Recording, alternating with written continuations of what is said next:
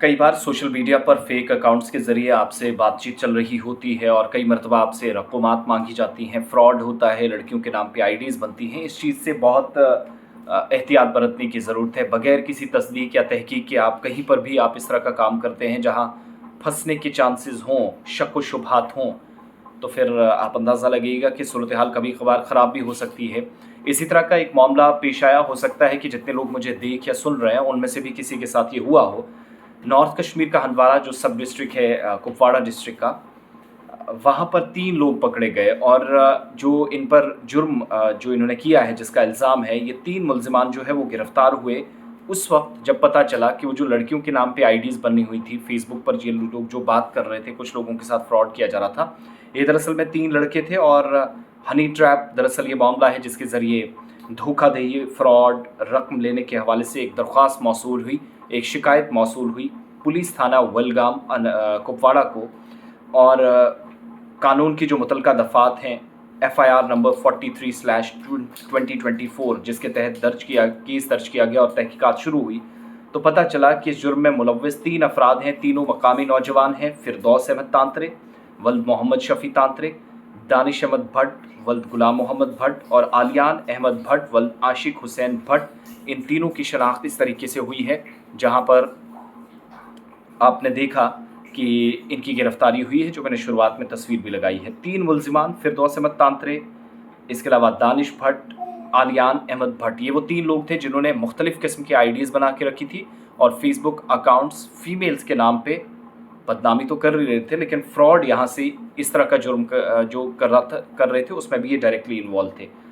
हिरासत में ये तीनों ले लिए गए हैं, मोबाइल फ़ोन इनके कब्ज़े से लिए गए हैं। वहाँ से पता चला कि कई लोगों से इन्होंने पैसा भी लिया है और सोशल मीडिया पर जो धोखेबाज हैं, फ्रॉडस्टर्स हैं, फ्रॉड करने वाले, इनके झांसे में आने से बचें। नामालूम अफराद को ज़ाती तफसीलात शेयर ना करें, ये मैं कई मरतबा मुख्तलिफ़ वीडियोज़ के ज़रिए बता चुका हूँ। इस चीज़ से कम बचने की इसलिए भी ज़रूरत है, आपके बैंक खातों तक बदमाश या जो लोग हैं वो रसाई हासिल ना करें, इस चीज़ से बचा जाए। ये तो एक बात थी। अब दूसरा केस आइएगा, साइबर पुलिस ने ऑनलाइन एक फ्रॉड इसी तरीके से हुआ था, 84,484 रुपये बचाए एक कंप्लेनेंट के, एक शिकायत करंदा के, जिसने कहा था कुपवाड़ा डिस्ट्रिक्ट के अंदर ही कि उसके साथ फ्रॉड हुआ है। एक व्हाट्सएप कॉल आई, फेक व्हाट्सएप कॉल के ज़रिए, और जिस शख्स ने कॉल की उसने कहा कि मुझे सब स्कूल फ़ी देनी है। फ़ोन पे के ज़रिए ये शख्स उसको 84,484 रुपये ट्रांसफ़र कर देता है और उसके बाद पता चलता है कि भाई साहब ये नंबर ही नहीं लगता, ये ब्लॉक हो चुका है। ये ऑनलाइन फ्रॉड हुआ है। जो मैंने पहला बताया वो भी एक तरह से ऑनलाइन था, लेकिन उसमें अकाउंट्स का ज़्यादा बराह रास्त इस्तेमाल हुआ था। इसमें सिर्फ एक व्हाट्सएप कॉल आती है और आपने पैसा, आप देखिए बेवकूफ़ी कितनी कि आप बगैर तहकीक के फटाफट से आप बातचीत क्या हुई वो तो हमें पता नहीं है, लेकिन ये शख्स जो पुलिस को स्टेटमेंट रिकॉर्ड करवा रहा, मैं उसके अकॉर्डिंगली बता रहा हूँ। विक्टिम जो है स्कूल फ़ी देगा, ये उसने कहा।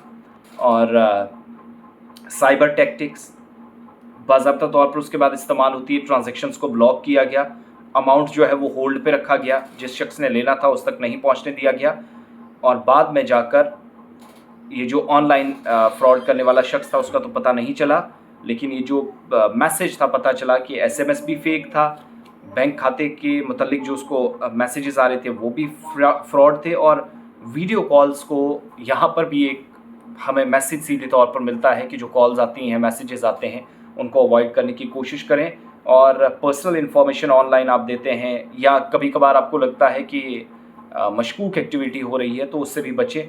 और बाज़ाब्ता तौर पर हेल्पलाइन 1930 जो साइबर क्राइम हेल्पलाइन नंबर है, इसके अलावा वेबसाइट है www.cybercrime.gov.in, इस पर भी जाकर आप अपनी बात रख सकते हैं। तो ओवरऑल ये सिचुएशन है भाई साहब, ऑनलाइन कोई बच नहीं रहा है।